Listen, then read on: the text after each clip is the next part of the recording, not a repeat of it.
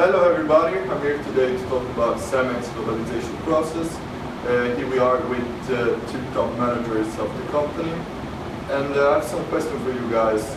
My first question is, what drove CEMEX to go global?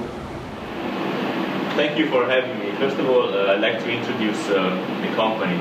CEMEX is a firm which operates in the cement industry, and we deliver ready-made construction aggregates for several means. The main players are Lafarge, Holcim, and ourselves.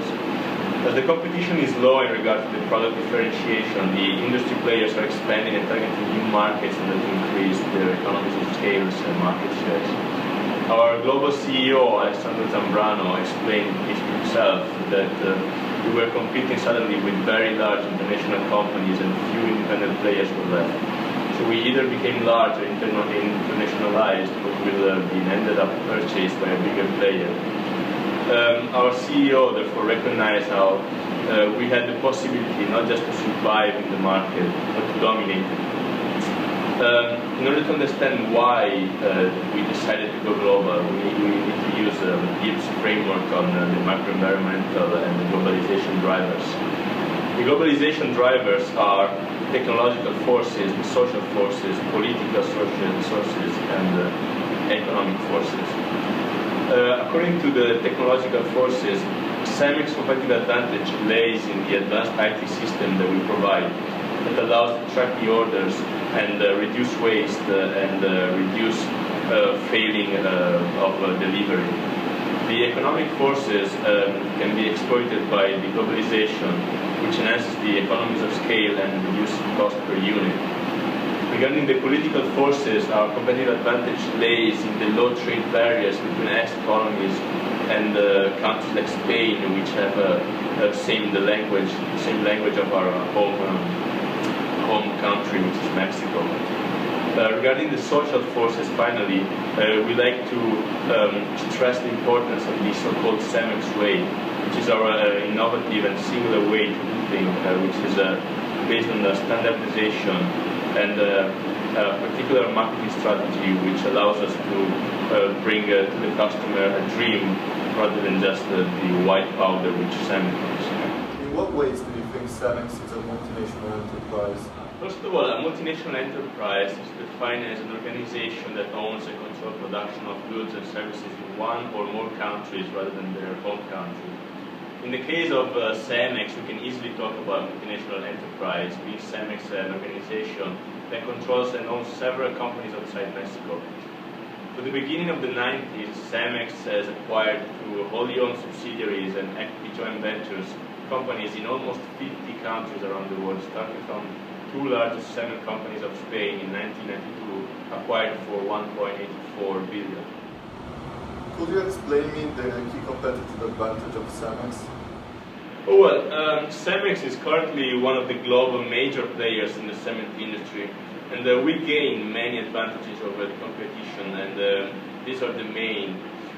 Firstly, we operate in the cement sector for almost 100 years, so we have a huge expertise, as you can easily say. Also, we do not diversify our core business and we remain focused on what we do best, which is cement.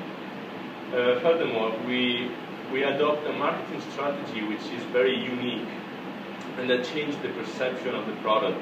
So like I said before, cement is not seen anymore as just a bag of white powder, but as a first step to the dream of many people, which is building a house. Finally, and most importantly, our IT system, which is the main competitive advantage that we have, which allows us to reduce managerial and operation costs, and especially to reduce waste through the trackability of the transportation. By doing so, we have the chance to track our trucks and deliveries and adjust them in case of cancellation of delivery or a change in destination. Matteo, why did CEMEX go to Spain first? And can you please discuss why the firm chose to internationalize to this particular location and the challenges faced by during geographical expansion? Well, when a company decides to internationalize its operation, it must be fully aware of all the variables and dimensions that may influence or compromise its success. It is actually common practice for managers to rely on very analytic tools in the making of a judgment about international investment. In this way, managers seriously underestimate the cost of going global, considering only the direct cost and characteristics of the foreign country. The fundamental concept that would ease many managers' decision and that would create a more realistic forecast of the success of going global operation is the concept of distance. As a matter of fact, most of the cost and risks result from barriers created by distance, which is not solely as a geographic distance, but as the Cage framework explains, it is also cultural, administrative, and economical distance of the country under consideration. And this makes the foreign market considerably more or less attractive than expected. In order to understand what drove our company to expand operation in Spain as the first non-American country, we can utilize the Cage framework. So firstly, we consider the cultural distance of Mexico and Spain. Mexico and Spain have deep-rooted cultural ties from a shared linguistic heritage to the use of surnames of Spanish origins. Also, the two countries share Roman Catholicism as the main religion, which affects in many ways business. Moving on, it is possible to know that also the administrative distance between the two countries is very short. As a matter of fact, Mexico is one of Spain's ex-colonies, therefore enhancing proximity between them. Statistics from our surveys show that a company is likely to trade 10 times as much with a country that is a former colony, for instance, than the country to which it has no such ties. Moreover, expanding operation in Spain would allow our company to obtain a toehold in Europe, which is fundamental to go global. It's also important to note how in 1997 Mexico signed a free trade agreement with the European Union, of which Spain is a member. The only factor that may have increased the administrative distance of this relationship is perhaps the different currencies between the two countries. However, it is clear, as you can see from the results of this operation, that the overall distance of politics and administration is low.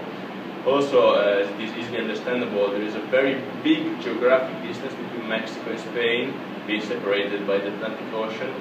However, even though this implies higher starting costs, supervision, management control, the geographic distance is slightly less relevant. In this particular case, there will be no transportation of the product from Mexico to Spain. In fact, the product would be manufactured in-house in a foreign country. Finally, at the time of the internationalization decision, Spain was an economically prosperous expansion. In fact, it had just become an investment-grade country due to its entrance in the European Monetary Union. Moreover, it was important for our company to expand production into a supposedly more advanced country, which still provided affordable rates. Felix, why did CEMEX opt for an acquisition strategy compared to other market entry options? Do you find any similarities between CEMEX, Holcim, and Lafarge's approach? There are a wide variety of entry strategies which differ to that of CEMEX's. For example, licensing, franchising, turnkey projects, R&D, co-marketing. The tripod framework gives structure to understand the different reasons for entry through mergers and acquisitions. Under institutional and environmental, CEMEX had a heavy influence from unions. In the 1980s, we were seen as a competitive threat. 2 trade unions filed an anti-dumping suit against us, so CEMEX had to pay anti-dumping duties in the US. CEMEX invested in port facilities in southeastern Spain to gain position in Europe, outplaying Holcim by acquiring Sanson and Campania in Valencia, obtaining 20% of the Spanish market. This allowed us to export back to the US from Spain, where sanctions didn't exist. There's different environments and macroeconomic benefits between international markets, in this case relating to laws, which can allow businesses to derive cost and profit benefits. CEMEX acquired companies from Venezuela and Panama. This allowed us to export to South and Central America and the Caribbean. Global expansion of CEMEX triggered share values to grow by 300% by 1994, and soon CEMEX had enough global market share to become the largest in the world. Cultural differences appear as a barrier to successful integration. However, CEMEX was able to crystallise the potential upside associated with functioning global coordinating mechanisms, accounting for national cultural differences which are collected during mergers and acquisitions and can be gathered to create complementary strengths. At CEMEX, new employees are induced through e-learning courses which improves their accessibility to information. The three main components of the CEMEX way: process standardisation, a new governance model, and e-enabling. Lafarge and Holcim had a decentralised approach, causing a cultural issue. Through HR, IT, expertise, and autocratic management, CEMEX was able to boost economies of scale and integrate extremely efficiently, offering a centralised but flexible model. The CEMEX brand was also strong, which allowed us to gain competitive advantages through innovative consumer interaction methods. Under industry, firms are able to generate benefits in the form of risk spreading because the firm can support itself across a global network of acquisitions. CEMEX removed itself from the uncertainties of their domestic market to spread risks across multiple nations, allowing us to borrow at a very cheap rate. We then diverted from developing nations in acquiring Southdown Inc. in the US, at which point our credit rating was promoted to investment grade shortly after we surpassed our predicted EBITDA predicted target. CEMEX had clear industrial motives: increase market power and share, increase range of products to better meet buyer needs or have power over them, creating economies of scale, reducing cost, which can be achieved through acquiring a firm with overlaps in business. After the acquisition of RMC, the company generated 360 million, 160 million more than predicted. CEMEX further acquired Rinka in the US for 15.3 billion. It was aimed at achieving networks with Australia and to increase share value. Under resources, CEMEX used M&As to open new markets or gain access to deeply embedded resources. If a firm's dominating a market, it may be effective to acquire that firm and benefit from its industrial position. Synergy can be achieved by redeploying assets or to obtain personal benefits from managers. However, it is also argued that many acquisition premiums require performance improvement in order to capture that value. CEMEX acquired UK-based RMC. The composition of the business offered strategic opportunities due to its position in the industry, which could boost CEMEX's presence in the global building material market. And in conclusion, CEMEX's M&A strategy was similar to Holcim and Lafarge. However, the organisation and management tactics exhibited by CEMEX were particularly advanced, especially the integration process and focus on achieving efficiency. It is because of this they could block out new entrants, remain globally competitive, and dominate. How should CEMEX solve its cash crunch problem?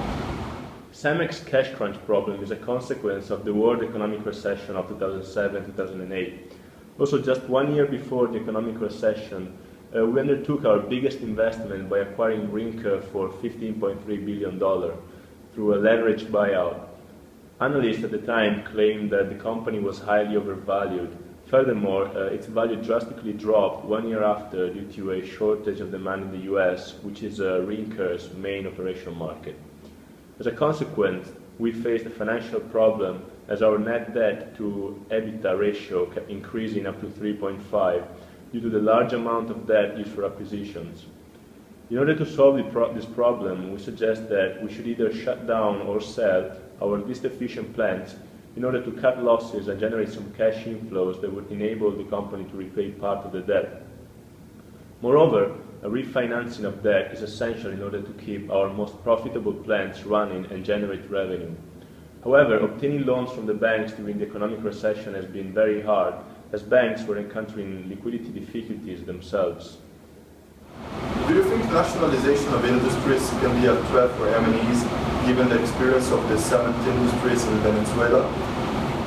Nationalization of the industry may be a real threat for our company. In fact, considering the experience we had in Venezuela, it is possible to know that the incredibly high bargaining power that the government has when nationalizing industries and incorporating large private companies such as ourselves.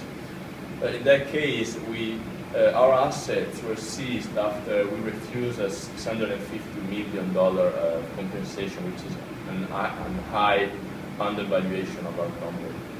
This could be a very insidious threat for us, as we hold the majority of our assets and operations in countries with high political instability.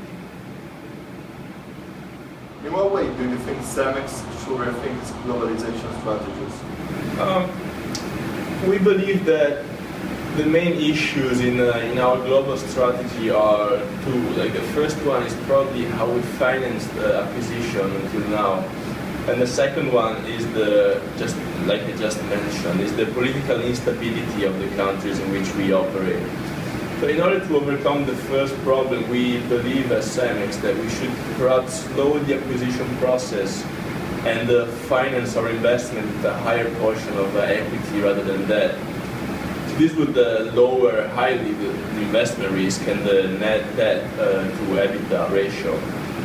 Also, most of the countries in which operate, like we said, they have political instability, and this implies a higher cost of capital, an increased likeliness of takeovers and nationalizations, like we just discussed. Also, our entry strategy could be improved and modified slightly. In fact, we usually acquire companies as wholly owned subsidiaries in order to maintain our know-how and technology. In fact, these are the main advantages of having a complete operation control. However, it is highly expensive and it increases drastically the risk and potential political problems. As a consequence, what we are suggesting and what we're trying to undertake is to use more joint ventures, especially when entering countries with political and economic instability. This would allow our company to share costs and risks and access to partners' knowledge and assets as well. Thank you for being with us today. It's been a real pleasure, and hope that CEMEX will be great again. Thank you for this one.